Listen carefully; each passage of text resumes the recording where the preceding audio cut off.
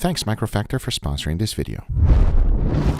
On today's video, we are cooking YouTubers' favorite food. Nick, what's your favorite food? One of my favorite foods is grilled pizza. Try to make it. I know you like grills, but can you grill a pizza? How do you do it? I'll send you a recipe. It all starts by stretching pizza dough with a generous amount of olive oil, because if you don't put it, you'll be in trouble. Next, we gotta jump onto the grill. Now this is extremely tricky, and let me show you why. It's all about temperature control, and most importantly, knowing when to flip. My first go was a complete disaster. I burnt it right away. My second go went the same exact way. The charcoal was too hot and I took too long to flip. Then I started getting it. As on my third try, it went a little bit better. The wonderful thing about a grilled pizza is that you must have some char, but of course not overdo it. As once that was done, I threw in some olive oil, some shredded mozzarella, a tiny bit of parsley, and a few dabs of tomato sauce. To finish it off, some scallions. Now notice that I'm cooking in indirect heat. There's no charcoal underneath it, and that is the key. As now you want to close the whole thing up, and you're left with this grilled pizza. It takes time to learn this recipe, but the most important thing is, since this is Nick's favorite recipe, is it good? How does it taste? Cheers. Cheers.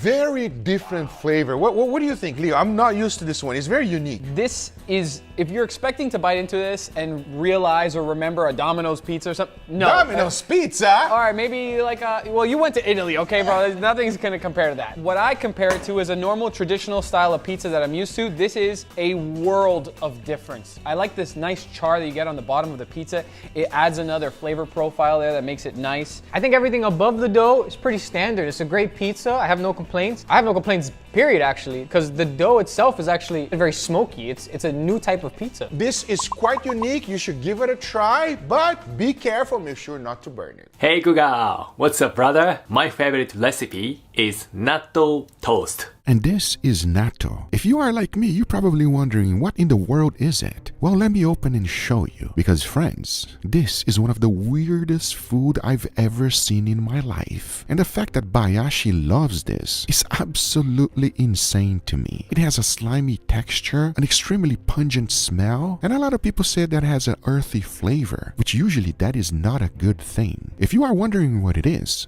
fermented soybeans. But a lot of people in Japan love this. I think it's one of those things that you must grow up eating it. However, since I never had it, I had an open mind and we were ready to try. Cheers, everybody. Cheers. Oh. Oh my God. I thought you were gonna eat it, Leo. Ah! So first, let me apologize to all my Japanese friends, but this is something very unique. And if you did not grow up eating this, what do you think, Leo? I think even if I grew up eating this, bro, I'd be a sad person. This is I couldn't even feel the texture because the flavor, as soon as it touches your tongue, is so strong, it's so fermented, it almost tastes like you're eating mold. This one is not for us. Hey Guga, what's up brother? You asked for my favorite food?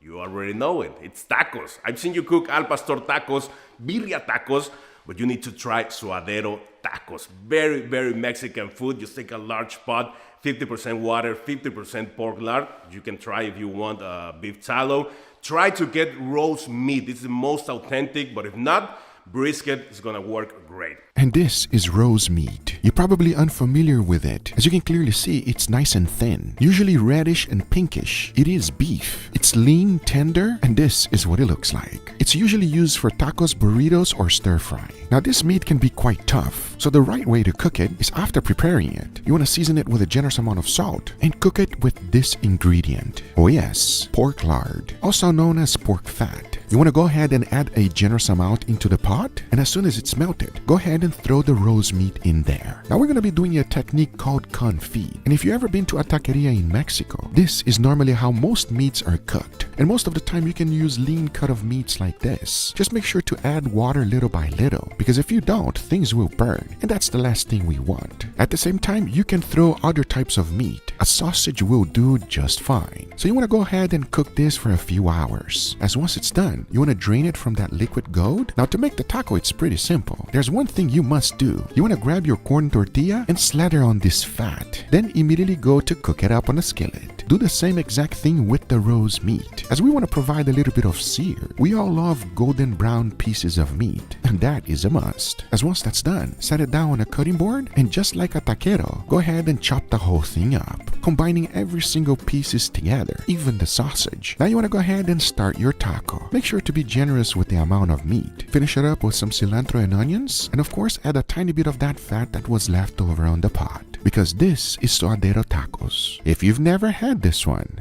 you are in for a treat. Cheers. Cheers. This is the juiciest taco I've ever had. It's like literally just running with fat, rich deliciousness. It's so beefy, so bold, so in your face. This is nice. It's super nice and juicy, and all these greens on top, like they try to balance it out, but it's really hard. It's too fatty for you, baby. There's no balancing this out. It's very fatty. Even the tortilla's wet. It feels like this is a birria taco, but I didn't have to dip it in birria. More fat, more better. You know, normally I'm not a fan of like corn tortillas, but I think in this way, it's actually really nice. The crumbliness with the, I know you're judging. Give me a second. You respect the corn tortilla. Hey, I'm saying here, it's really good. The meat is so soft, but the actual tortilla is nice and crumbly, so like it's a nice contrast. Shout out to you, brother, because this is incredible. Now, who's coming up next? Hey, Guga, you wanted to know what one of my favorite things to cook is? It would be easy for me to say whole hog since I started to killer hogs, but let me tell you about beef cheeks. I've been on a kick lately. They're succulent, they're tender, they melt in your mouth. When beef cheeks are cooked to perfection, some of the best eating there is. Give it a try. And these are beef cheeks. As you can clearly see, they have great marbling, which is this little spectacle of fat that you can see throughout the meat. It's also one of those meats that's still affordable, but you gotta know how to cook it properly. And here's my take on it. The first thing to do is to season them really good. You wanna go ahead and throw in your favorite barbecue rub, and be generous with it, as this will be cooking for some time. Talking about that, into the smoker it goes. You wanna cook it at 225 degrees Fahrenheit. Keep it nice and slow, which is the way to go. After about 3 to 4 hours, this is what they look like. The only thing left to do is to go ahead and serve it your preferred way. For me, I just added a tiny bit of cotija cheese on top, followed by some scallions. Because let me tell you something, it is one of those meats that you can eat it however you want, as it's super nice and tender, extremely juicy, and if you love brisket but you don't want to cook a whole one, give this one a go. But that's my opinion. Let's see what everyone else think. Cheers, everybody. Cheers. Oh. That is extremely juicy, extremely smoky. This thing has a beautiful bark on it where the edges are nice and crispy, but the inside is moist, tender. This is like a waterfall of juice. I like cheeks. I've never had beef cheek. Hey. You know what I mean? You know what I mean? Pepe like cheeks and he cannot lie. In all seriousness, it's a great piece of meat. It's super tender, super juicy, and that crust is amazing. Don't want to cook a whole brisket? Cook the cheek. Guga, what is up, bro? It is Jesse James West here. I hope you are having a great day, and you're about to have an even better day because of the meal that I recommend you make. It's my favorite. It's something that I always recommend when people ask me, what's your favorite food? M&M pancakes with Canadian maple syrup, real syrup, not the low-calorie BS stuff. And of course, don't forget to stay relentless, brother.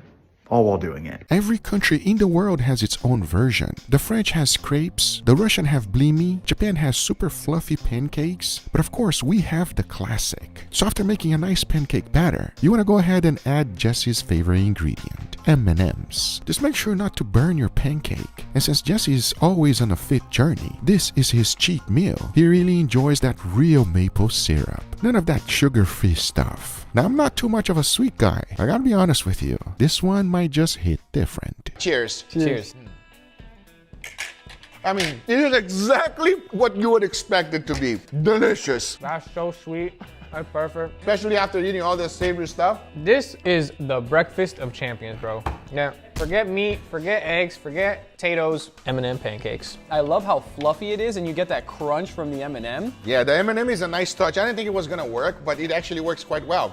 I can't believe I'm talking about the texture of an M&M, but it's crunchy, it's nice, it's weird, but good. Jesse, you do some crazy things on your video, and I know you like to eat healthy all the time, so your cheat meal is actually very, very good. Oh, hey, Google, what's up, brother? So I was thinking about one of my favorite dishes of all time. It's one of the Korean dishes, actually. It's called gabitung. It's beef rib soup. Now the name galbitan literally means short rib soup. It is Korean comfort food for royalty, but it does take hours to make. Most importantly, it's all about balance. So after adding it to a bowl with a generous amount of water, you want to cook it for a little bit to remove all of the impurities and take out all of the beef and start the process once again. That way you will have a nice clean broth towards the end. Now you want to add all of these ingredients, because let me tell you something, this takes time, but if you do it correctly, it will be divine. Galbitan is often enjoyed in weddings, holidays, and birthdays. It's a dish that says this matters. After a few hours, you want to go ahead and remove the whole thing and go ahead and strain the broth, because you're left with liquid gold. Now the only thing left to do is to put it together in a bowl. Traditionally it's served with rice, but I went with clear noodles. On top of that, I went ahead and added a generous amount of short ribs, followed by that beautiful broth, and I only wish you could smell it. To finish it up, I added the Korean radish and a generous amount of green onions. And this is galbitan. If you love ramen or pho, you gotta try this. Believe me when I tell you, friends, it's one of those dishes that is life-changing. Cheers. Cheers. Ooh. Dude, that broth is crazy. Super flavorful. You know, it does take time to make it, but it's so worth it, everybody. Especially if you love any type of ramen or anything rich, that's what you get here. I'm actually shocked how flavorful this is. Yeah. There's layers upon layers upon layers of flavor, so it's not like a simple type of taste. The beef actually soaked up a lot of that broth as well, and everything culminates into a beautiful bite. The whole star right here is definitely the beef, everybody. These short ribs are super tender and juicy. I'm gonna continue eating because we're moving on to the next one. Before moving forward, I want to thank today's sponsor, Macro Factor. All right, let's be real for a second. Losing weight is hard when you're guessing what or how much to eat. I know that struggle better than anyone. I used to think that I was eating 2,000 calories a day. Turns out it was more like 3,000. But here's the thing, it's not about willpower. It's about awareness and having a smart plan that actually works. I started using Macro Factor and it changed the game. This app makes food tracking so much easier and smarter. You just snap a photo of your plate and it estimates the calories for you. It is fast, accurate, and super intuitive. The best part is that it actually adjusts to your body and habits. This is not some generic cookie cutter plan. It learns from what you do. Macro Factor tracks your intake, monitors your weight, and adjusts your plan automatically. So even when life isn't perfect, you can still make progress. I lost over 100 pounds, and this is the only system that actually felt sustainable. Why? Because it fits my life, not the other way around. With Macro Factor, I stay consistent, I stay motivated, and I finally saw results I can stick with. If you've been struggling to lose weight, track your food, or just stay on top of your goals, give Macro Factor a shot. Try it free for 14 days with my code GUGA. Thanks Macro Factor for sponsoring this video. Now, let's get right back to it. Hey Guga, how you doing? Do you know my favorite thing to eat is spaghetti alle vongole? Spaghetti cooked with nice little clams, extra virgin olive oil, garlic, parsley, white wine, and lots of love. Now this dish is a masterclass of simplicity. It's a Neapolitan classic because everything starts off with this, vongole, which means clams in Italian. This is a very popular dish during Christmas Eve, and you can cook the whole thing under 20 minutes. Let me show you. Into a pan, you want to throw in some olive oil, followed by some garlics and parsley ends. Stir that up just a little bit, and as soon as it starts becoming fragrant, go ahead and add all of your clams. Now add some white wine and cover the whole thing up so that it can steam. Make sure to shake it from time to time, as once it's fully cooked, they will open up just like this. Now you want to go ahead and strain the whole thing, remove some of the clams from the shell and set it aside. Now into a new pan, throw in some olive oil, followed by garlic, pepperoncino, and some parsley. Stir that up real good and go ahead and add the clams. Mix everything together until it's become extremely fragrant. As then you want to throw in your spaghetti, toss it so all of the flavor can go to the spaghetti. Now add some of that clam water that we strained previously, shake it vigorously and toss it so that everything can emulsify. This might take some time, but it is a must, because once you're done, the only thing left to do is to plate it. So go ahead and add that to the plate, followed by a few pieces of clam, ones with the shell and ones without it, and finish it up with some parsley. Now there's one thing that I don't recommend you do, and that is to add Parmesan cheese on top. Don't do it, because if you do, Italians will no longer talk to you. Cheers. Cheers. Wow. That is crazy. That is very good. If you love seafood, you're gonna like this one here, okay? What do you think, Fefe? Lot of like fishiness in this pasta, but in the best possible way. It's if you're looking for seafood in a pasta, this is what you should be looking for. I'll be honest with you, it will not be my #1 pick out of all the pastas because my favorite pasta is cacio pepe. But this, what do you think, Leo, before I go on? I love the flavor of seafood that you have in the actual pasta. You also have garlic notes and other flavors in here that give you something to look forward to. The thing that is a little bit different, I like a pasta with like a very thick, nice, delicious, flavorful sauce. This sauce is a little bit more laid back. It's more elegant, I will say. Like this dish is more about the pasta, the seafood, the simple ingredients. Don't listen to Leo. This is a good pasta, but obviously cacio pepe is a lot better and carbonara. You want to say carbonara, Yeah, just say it. I like the carbonara, baby. Come on. Carbonara is better, but if you love seafood, you're gonna love this one. Cheers, everybody. My favorite food of all time, without a doubt, is a chicken shawarma. When you order it, you have to get it with 2 things and 2 things only. You can't do lettuce or tomato. It has to be with pickles and garlic sauce. That's it. There's many different ways to cook shawarma. The traditional way is normally on a big spit, but we are focusing on a version that you can do it at home. And here's how it goes. The first thing we gotta do is the spice mix. So into a bowl, I threw in some smoked paprika, followed by cumin, onion powder, salt, sugar, coriander, chili powder, cardamom, turmeric, MSG, 5-spice, garlic powder, and cinnamon. Now mix that up real good, and this is your shawarma mix. And add a generous amount of olive oil, as this will infuse a tremendous amount of flavor into your chicken. Talking about that, go ahead and add some chicken thighs. Now you want to make sure you coat all of them properly, and I highly recommend letting them marinate overnight. The very next day, if you have available, go ahead and get yourself a skewer. Add those chicken thighs right into it, but if you don't have a skewer, you can just grill the chicken thighs directly. But the wonderful thing about a chicken shawarma skewer, it will give you different texture and flavor. Talking about that, outside we go to grill it directly on charcoal. Oh yes. Keep rotating the whole thing as necessary, as we want to cook it nice and slow, but at the same time get a little bit of char. The key here is to let the drippings hit the charcoal and come back up as flavor. And believe me when I tell you, friends, it is worth doing it this way, as once they're perfectly cooked to 165 degrees Fahrenheit, you want to go ahead and bring them inside, start carving them. As you can clearly see, because they are chicken thighs, they are super juicy. Now we make shawarma. Get yourself some lavash bread, add a generous amount of the chicken right on top. Let's make a quick sauce. For that, into a food processor, I threw in some mayo, followed by some garlic, sugar, and salt. Now mix that up real good, and that's your sauce. It's that simple. Now go ahead and drizzle that right on top, as now you want to throw in some pickles, close the whole thing up, and toast it directly on a skillet. Because once you're done, you are left with shawarma. Shawarma is incredible. Don't believe me? Well, you just wait and see. Cheers. Cheers. Wow, that is super delicious. It's so flavorful, and the thing that comes out of me the most is it's just so juicy. You have a nice flavorful sauce that adds even more moisture to this dish. I like the fluffiness of the outside like bread. The pickles actually give a nice amount of acidity that really balances the flavors inside of it out. It's just chicken and pickles. And sauce. Amazing. Let's move on to the next. All right, my favorite food has to be bibimbap with the bulgogi, pickled cucumbers and carrots. You got sweet, salty, acidic, spicy, everything in one, and you feel really great after eating it. We first start by marinating the beef, creating bulgogi style. So into a bowl, I threw in some sliced filet mignon, followed by soy sauce, rice vinegar, some garlic, and MSG. Mix that up real good and combine these ingredients together. And to finish it up, add some brown sugar. Now mix it a little bit more and let the whole thing marinate. As that's happening, into a wok, throw in some olive oil and start to cook some mushrooms with salt. Stir that up real good, as once it's fully cooked, using the same wok, stir-fried whatever vegetables you like. I went with some spinach and sesame seeds.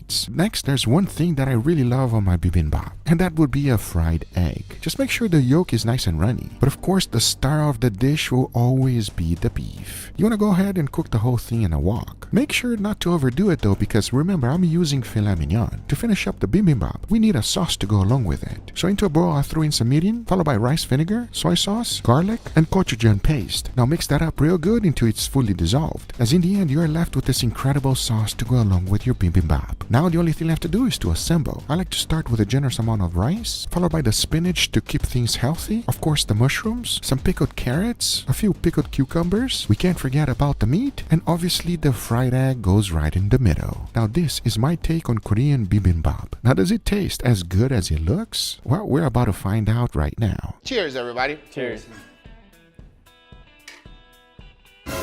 It's bibimbap and it's bulgogi. I grew up eating this. I actually really like this marinated meat. What's spicy in there? Yeah, a little bit of gochujang. Oh, it's the sauce? It's the sauce, yeah. You feel that? Yeah, very flavorful, very good. It has a lot of textures. The meat is soft. Solid dish. It's just a little spicy for me right now. It is spicy, yeah. I'm gonna be honest, it's actually pretty good. I like the spiciness. It's like another element there to make this dish fun. Everything combines together and makes a nice dish. These things individually, maybe they wouldn't be so good, but together as one meal, it's actually really nice. I think it's good, but it's not great. Hey Guga, what's up, brother? One of my favorite foods is Taiwanese beef noodle soup.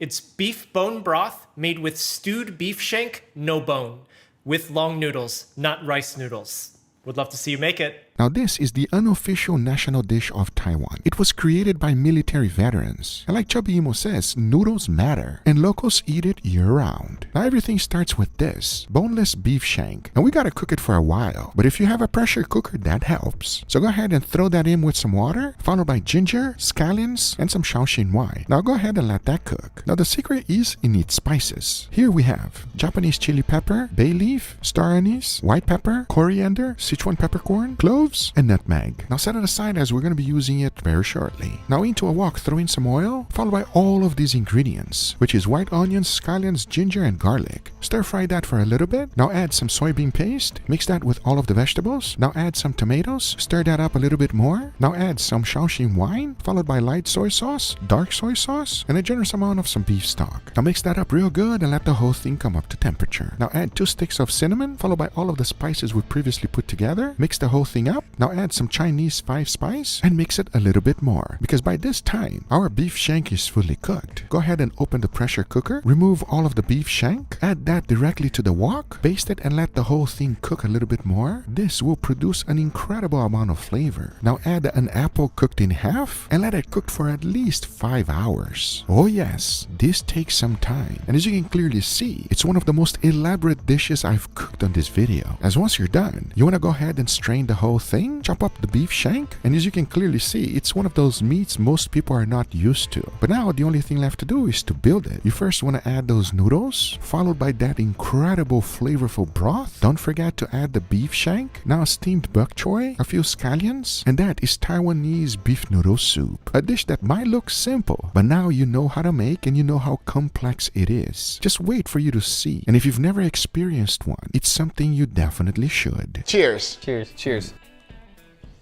Mmm. This broth is fantastic. I'm so used to like a deep savory broth, but this is a little bit sweet, a little bit fruity. I can feel like very floral flavors, almost like star anise type of thing going on here. I like how the noodles absorb that broth perfectly, but the meat is throwing me off. The meat? You don't like the meat? It's super strange. And that's my favorite part because all of the collagen has broken down. It is extremely tender and juicy. It's what makes this dish special for me. This isn't ramen, but this is my new favorite ramen. I know, right? This is a great dish. Give it a try, you will not regret it. Shout out to you, brother. Hey Guga, all the way from Tokyo, Japan. One of my favorite foods is a tonkotsu miso ramen with thin, stringy noodles. Also, you've got to have some pork chashu, some mema, and that spicy kick. Can't wait to see your version of it. And if you need some help with some of that spiciness, let me know, because I can probably help. Now that everyone knows that a key to good ramen is always the broth. But one other thing that stands out the most for me from a tonkotsu ramen is the meat, the char siu. And I always like to focus on that, because to make this, I love a pork belly for it. Oh yes. And after butterflying one, I went ahead and tied the whole thing up with butcher's twine so that it can keep its shape. Now into boiling water, I threw it in. You want to go ahead and cook this up for a little bit. This will make that skin nice and gelatinous. Now into a wok, I throw in some miriam, followed by Shaoxing wine, some pork stock, soy sauce, some ginger, scallions, MSG, and black pepper. Now mix that up real good and throw in the pork belly and let the whole thing reduce. Because after about 1 hour, take a look, char siu style. And as you can clearly see, the whole thing reduced beautifully. Now you want to go ahead and let it rest, as once you have done so, it's time to slice it nice and thin. Now before start plating, you want to go ahead and torch it, just like this, producing an incredible flavor to it. As now the only thing left to do is to plate it up because I have shown how to make tonkatsu ramen before, and it is an entire process. Make sure to check that out on the description, as in the end, you are left one of the greatest food ever, especially if you take the time and you do it right. Ramen is delicious, but in the end of the day, for me, it's all about that char siu meat. And let's see how this one stacks up. Cheers, everybody. Cheers. I mean, you cannot go wrong with that. Ooh, that broth is kicking me right now. Yeah, it's a little bit of spiciness. I use his own spiciness. It's nice, like it adds to the dish. It doesn't take away from it. It's not too spicy where it overpowers the other flavors in here. It's just the nice, flavorful, rich tonkatsu ramen that we all love with a little bit of kick on it. This is a great take on char siu. This tastes amazing. It's such a different flavor that you get with a pork belly like this. It's just so good. It's just perfect, man. It is fatty, it is rich, it is the perfect meal to eat on a cold day. You know what tonkatsu tastes like. Shout out to you, Paolo. This is a winner. My favorite food would have to be a huge medium rare steak. I'm talking massive, like maybe a tomahawk or something, topped with a compound butter. Maybe on the side we'll have some Parmesan, like truffle parm fries. That to me is the perfect meal. And this is a tomahawk steak. It's named after a weapon, as it resembles the Native American tomahawk axe. It usually weighs up to 3 pounds. It's all about show, and expect to pay a premium for it. Now I notice how I tied up the steak. That is so that it doesn't fall apart on me. For the seasoning, I kept it real simple. A generous amount of salt followed by freshly ground black pepper and garlic powder. Once that was done, it was time for the compound butter. So into a bowl, I threw in some room temperature butter, followed by shallots, garlic, and parsley. Mix that up real good, threw it in some clinch plastic, rolled the whole thing up, and let it firm up in the refrigerator. As outside we go to cook up this tomahawk. The key with this is to get a nice, wonderful sear. Keep flipping the steak as many times as necessary to ensure that you get a beautiful crust. Because once I have a nice, beautiful one, I set it down in indirect heat so I can cook the steak all the way to Max's preferred doneness. Once that's done, you want to bring it inside, cut down that compound butter, set it down on top of the steak, and slowly melt the whole thing. The only thing left to do now is to go ahead and slice it up. And as you can clearly see, medium rare is the way to go. That we both agree, Max. But we're not done yet, as to go along with the tomahawk steak, Max enjoys some truffle fries. For that, after frying them, you want to go ahead and add some truffle oil, mix the whole thing up, add a tiny bit of salt, a generous amount of Parmigiano Reggiano, followed by some parsley, and there you have it. Of course, don't forget to add a little bit of salt on the side just in case. A beautiful tomahawk steak with truffle fries. Cheers, everybody. Cheers. Did you eat this? I had it together. You like it? You like it? Oh, hell, I like the truffle fried Google. I'm sorry. Yeah, it's fancy, but it tastes really nice. Okay, I'm glad you two are here because I absolutely hate it. You actually don't like them, Google? That's actually pretty good. I hate the truffle fries. But that steak is the real star of the show. That steak is amazing. What do you think, Sebastian? You can impress your date with that. I mean, you don't need much. French fries and a steak. I would just say, for my taste, take away the truffle oil. This steak has such a wonderful flavor too. It's garlicky, it's juicy. You can feel the charcoal that it has. Me and Max, we are the meat people.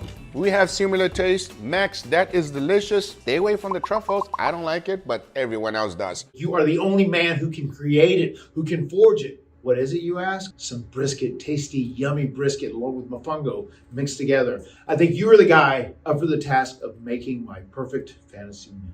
Now, if you've never heard of mofongo, let me explain. It is Puerto Rico's unofficial national dish. Now, with mofongo, you either love it or hate it. Let me show you how it's made. You first start off with this, green plantains. You want to go ahead and remove all of the skin, cut it in smaller manageable pieces, and you go ahead and deep fry them until they are nice and tender, but not too tender. Now, don't confuse bananas with plantains. They are completely different. Bananas are soft and creamy. Plantains are firm and dense. Now, once they're fully fried, get yourself a pesto and mortar, throw in some garlic, followed by salt, a good amount of olive oil, smash that up real good until it becomes a paste, and throw in all of the plantains, followed by some butter. Now go ahead and mash the whole thing up. Now to make it Matt Hardy style, you want to throw in some pieces of brisket. Combine all of this together, and the only thing left to do is to serve it. And usually this is how they do it. You want to get a nice mold. A bowl works great. So go ahead and stuff the whole thing up, set it down on a plate, add even more brisket to it, and in the end you are left with this, brisket mofongo. I've never thought of this combination and I'm not quite sure if it's going to be good. But I can tell you one thing, mofongo is great, brisket is great. Now combining them both, will it be good? Well, let's find out. Cheers. Cheers. Not exactly what I had in mind, but I want to know what you think. Oh, you love it. I love it. It is very good. Super weird combination, but the main thing I feel is a very garlic flavor from the mofongo. Yeah. I actually think it's a perfect combo because mofongo can be kind of dry, but the brisket juices mix. It's clear that you don't like it. Pepe, you all right? No, I'm fine now that it's good. It's on its way down now, but That's not your thing? definitely not. Whatever that is. All right, the brisket was fine, but everything else is kind of crazy, man. It's not for everybody. So this is mofongo, and mofongo is kind of weird for most people, especially for you because you're Brazilian. We don't eat plantains, almost nothing in Brazil, you know? Yeah, true. This is super crumbly, like the texture's not right. It's too much garlic in this. All the fat from the brisket looked like it kind of soaked into it as well. Yes. It made it even worse. I understand, Pepe. It's Nah, I'm so sorry. He's hating. I actually love that. I love that mixture. The brisket literally adds juice to the mofongo, adding flavor, adding some little moisture to it. Look, I like it a lot. I understand, Pepe. Visually, it doesn't look appetizing. I'll give you but that. there's some flavor in there. Shout out to you, Matt. But yeah, I don't know about this combination. Maybe we stick it with the chicharrone. My favorite food is a Lebanese dish called kibisaniye, and I would love to see you make it and get your take on it. Some people make it with ground beef, and it's a layered meat.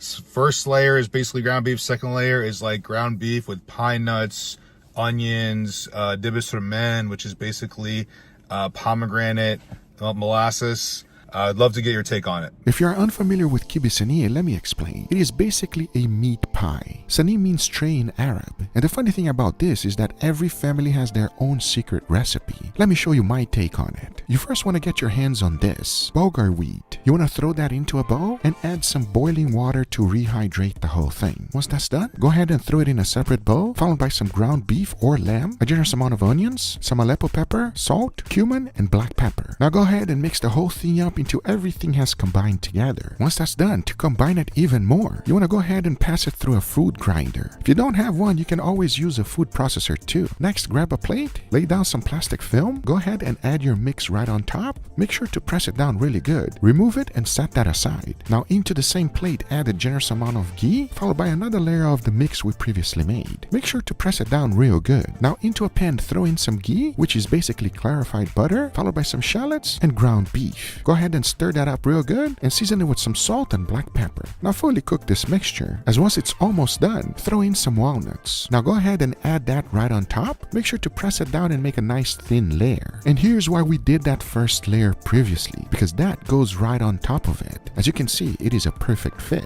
If you wanted to make it traditional, go ahead and make some diamond cuts just like this. As once that's done, you want to add one pine nut on each, and into the oven at 350 degrees Fahrenheit it goes to cook. As once that's done, this is what you're left with. Now I understand a lot of you never even tried it, but believe me friends, this is something you should definitely do it at home, especially if you are a meat lover like me. But is it good for everyone? Cheers. Cheers. Yeah, I love it. It's incredible. For someone that never had it, what does it taste like? How do you describe it, Leo? You got me. What I will say is I like how the ground beef bottom layer is super juicy, super fatty. The top layer is kind of like a pastry and a little bit dry, so the moisture from that ground beef helps it out a lot. Exactly, so like some different textures, you know what I mean? And I love kibe, everybody, I absolutely love. What do you think, Fefe? Yeah, I grew up on this. The biggest difference here is that top layer is very different. And also I'm getting a little bit of like more nut flavor in this one. Like it's not, we don't really put nuts in the Brazilian version of that. Exactly, we do not put nuts at all, everybody. I really like it. It's flavorful and it's nice. But those are all of my friends' favorite dishes. Let me know in the comments down below which one you like the most. I hope you enjoyed this video. If you did, hit that thumbs up. If you're not a subscriber, be sure to subscribe. And we'll see you guys on the next one. Take care, everybody. Bye-bye. Bye, Ashi. We gotta talk.